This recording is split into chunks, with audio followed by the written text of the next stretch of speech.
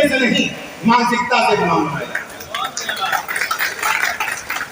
तो इस दौर में कार्यक्रम आयोजकों को विशेष धन्यवाद और एक सवाल इस तरफ के लोगों से, माला नहीं समझा अब माला पहना दिए तो बता दो माला क्यों नहीं पहनता। आपके घर में अगर आपने अपनी तस्वीर लगाई है जिंदा तो उस पे माला चढ़ाते हैं क्या? माला किस पे चढ़ाते हैं? तो मैं तो विचारों से भी जिंदा हूँ, आवाज से भी जिंदा हूँ, जमीन से भी जिंदा हूँ। इसलिए उनको पहनाओ जो वोट लेके निकल लिए, उन मुर्दाओं को पहनाओ तो तुम्हारे काम नहीं आ रहे। हमारे जैसे जिंदा आदमी को ऐसे ही ठीक है, ये पर्याप्त है। हम लोग को मौका मिलता है तो हम लोग साथ में रहते भी हैं और अर्जक विचारों को मैं मानता भी हूँ। मैं सीधे सीधे मुद्दे पर आता हूँ कि इस दौर में इधर आ जाता, इस दौर में आप लोगों ने एक कार्यक्रम रखने की हिम्मत की है जिस दौर में शिक्षा के जहाज बड़े शौक से दफनाए जा रहे हैं। शिक्षा के जहाज बड़े शौक से दफनाए जा रहे हैं। स्कूल बंद करके लोग राजनीतिक रैलियों में बुलाए जा रहे हैं। लेकिन तुम कब तक 5 किलो राशन और धर्म की चाशनी में लिपटा रहेगा मेरे बहुजन? हमारे आपके बच्चे जिस्म से नहीं मानसिकता से गुलाम बनाए जाते। तो इस दौर में कार्यक्रम आयोजकों को विशेष धन्यवाद और एक सवाल इस तरफ के लोगों से, माला नहीं समझा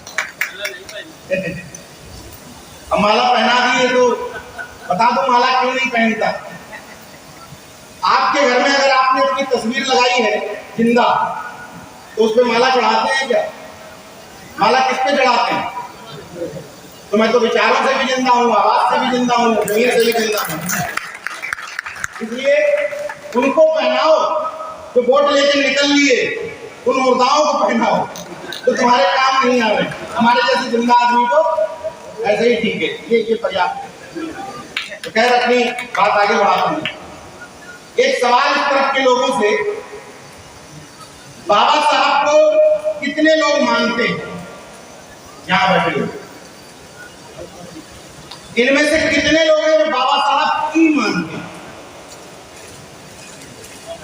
अंतर समझ रहे हैं ना? बाबा साहब को मानना और बाबा साहब की बात को मानना, उनकी बात को मानना, दोनों में फर्क है।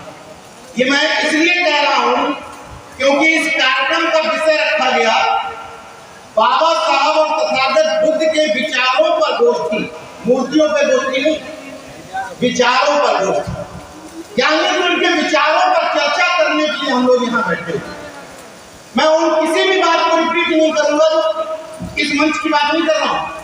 आज तक के जितने भी मंचों पर आपने दुनिया में जो बातें सुनी होंगी उनमें से कोई बात रिपीट नहीं करूंगा। उसकी वजह यह है कि सबको पता है कि दुश्मन कौन है, आइडेंटिफाई हो चुका है। अब बार बार मनुवाद गलत है, ब्राह्मणवाद गलत है, सामंतवाद गलत है। भैया पता चल गया इतने सालों में, खूब बताया बात करने के गलत। अब अगर हम समाधान का हिस्सा नहीं तो हम खुद में बहुत बड़ी समस्या है। तो हम यहाँ समाधान खोजने के लिए बैठे हैं कि समस्या को आइडेंटिफाई हो गई, समाधान क्या हो। तो जब सबको पता है कि फलाना गलत है तो इन पंडालों में आने वाले लोग वो शिवलिंग पर बेल पट्टी चिपका के बच्चे को पास कराने वाले पंडाल में जाता क्यों? अगर हम बाबा साहब की मानते हैं, अगर की मानते हैं तो फिर उन पाखंडियों की दुकान बढ़ाने के लिए, दुकानदारी बढ़ाने के लिए वहां जाते क्यों? एक बात तय कर लीजिए इस मन से निकलने के बाद, इस पंडाल से निकलने के बाद, अगर इस बहुजन पंडाल में आ गए हैं तो दिल से आ गए हैं। एक होता है तन से आना, एक होता है मन से आना। तन से आदमी कभी कभी जाति के आधार पर आ जाता है, कभी कभी किसी खास व्यक्ति के आधार पर आ जाता है, लेकिन जो मन से आ गया है उससे मेरा अनुरोध है कि आज के बाद कम से कम उन पंडालों में आप लोग जाना बंद कर दें। और जितनी महिलाएं हमारी यहाँ बैठी हूं उन लोगों से विशेष तौर पर अनुरोध है जो मेरी बात में सहमति में सिर हिला रही है। जो लोग मानती हैं कि हम बौद्धिस्ट हो गए हैं, हम तथागत को मानते हैं, बाबा साहब को मानते हैं, उन महिलाओं से, बहनों से विशेष तौर पर अनुरोध होती है तो अपने घरों में टॉप अप रिचार्ज करना बंद कर।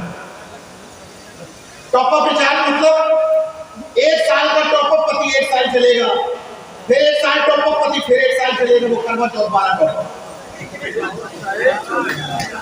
मैक्सिमम जय वाले घरों में भी टीवी सीरियल की वजह से टॉप अप रिचार्ज शुरू हो गए।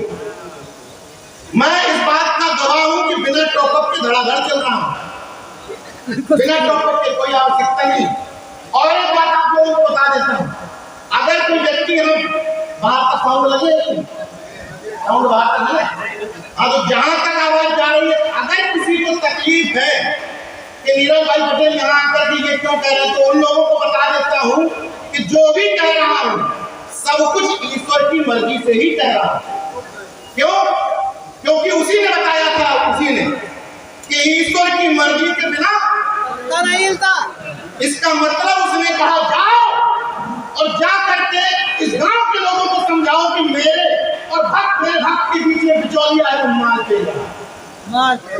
उसी ने कल रात में सपने में आके मुझसे कहा था नीरज भाई पटेल इस गांव के लोगों को जाके बताना है, सपने में कहा था।